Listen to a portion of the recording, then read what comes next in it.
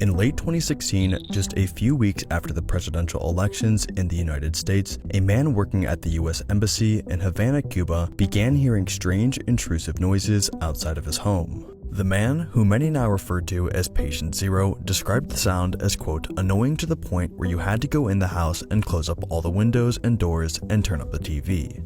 He discussed the disturbance with his neighbor, who also worked at the US Embassy, and the neighbor confirmed that he too had heard the noises, which in his words were mechanical sounding. On its own, this incident may not seem like much, however, it was just the beginning of a much greater mystery. The events that followed forced individuals to start speculating, which in turn sparked numerous theories and the hunt for the truth behind these mysterious noises.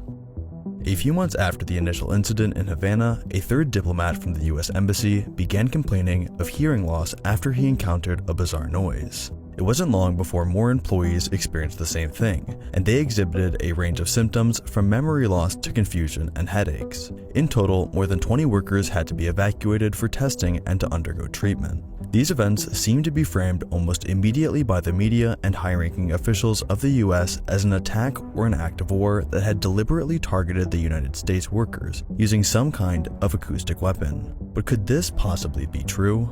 Well, the United States and Cuba have not had the most friendly relationship in the past, and the Cold War is still very memorable to older generations, so history could provide a motive, albeit an outdated one.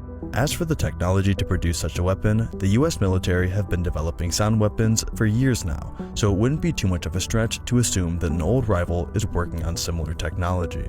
For all of the political and scientific debates that surround this mysterious case though, the evidence seems to point in one specific direction. The real cause is most likely a phenomenon that has popped up at various points throughout human history, but let's not get ahead of ourselves. From the start, the US government seemed adamant that the sickness had been caused by a deliberate attack. Even before they actually knew the source of the noise, the State Department's medical director, Charles Rosenfarb, described the patterns of injuries as, quote, most likely related to trauma from a non-natural source.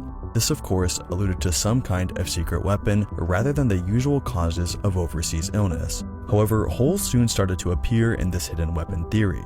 For instance, an ear, nose, and throat specialist from Cuba who had analyzed the evidence was skeptical to say the least, and deduced that to harm someone from outside of a room, a sonic weapon would have to emit a sound above 130 decibels, and that such a blast would be equivalent to 4 jet engines on the street outside a house.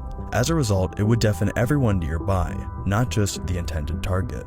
Shortly after that, a video supposedly taken by one of the affected US diplomats was uploaded to YouTube. A high-pitched shriek can clearly be heard, although the origin of the sound was quickly determined to be that of crickets, specifically the Jamaican field cricket, known for its intrusive sound. This revelation was a major blow for conspiracy theorists, though it still left many unanswered questions. Although the crickets in question could at times be fairly loud, they were never noisy enough to cause deafness. By January the following year, many US government experts had ruled out a sonic attack. The FBI had even conducted their own tests and concluded that physical symptoms experienced by diplomats were not caused by sound.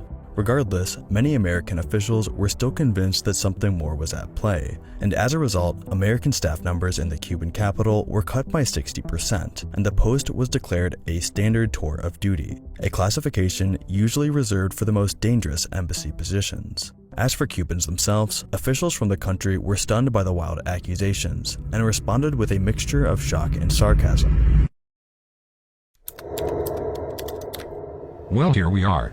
Caught in between what has been, what will be, and what is happening. It makes one wonder— 1 second, Leo. I'm on the phone. Oh, sorry. It's fine. Hello? Yes, this is I. Yes, I have. What about it? Leo, they're talking about Skillshare. The online learning community? Yeah. It's talking about how drawing and writing classes can be a great way to help manage stress. It said all of that? Right. Apparently the first 1,000 Disrupt members get 2 months free. Good deal. Okay. Goodbye now. What in the flying fudge biscuit was that? Not sure. Could just be the wind. What were you saying? Oh, I was saying sometimes it feels like we are in a commercial.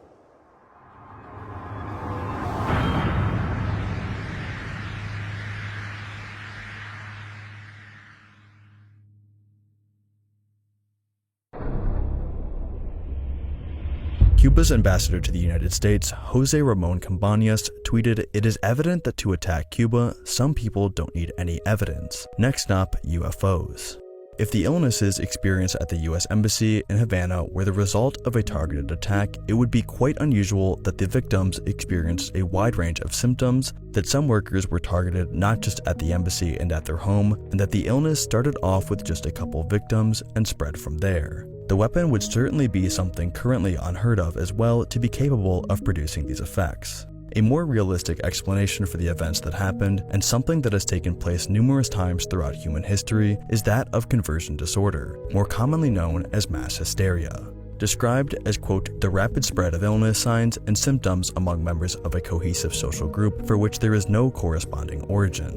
Unsurprisingly, it was scientists in Cuba that were among the first to embrace the notion of mass hysteria in this case. The director of the Cuban Neuroscience Center, Michel Valdesosa, told the Washington Post, "If your government comes and tells you you're under attack, we have to rapidly get you out of there, and some start feeling sick, there's a possibility of psychological contagion." The way in which the illness spread is certainly representative of a way in which mass hysteria spreads, and even some US experts were quoted early on as saying it could certainly be psychogenic. Yet the US Senate Department, despite declaring that no one cause has been ruled out, followed up by stating that the findings suggest that this was not an episode of mass hysteria.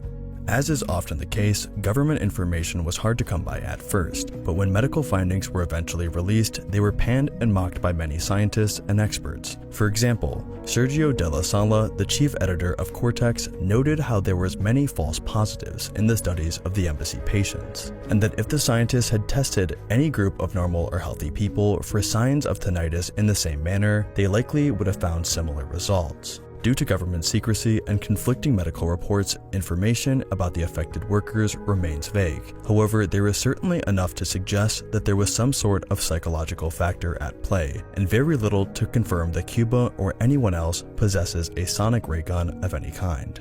At the end of the day, it seems that even if this kind of technology did exist, the human mind could arguably be even stronger. Killing and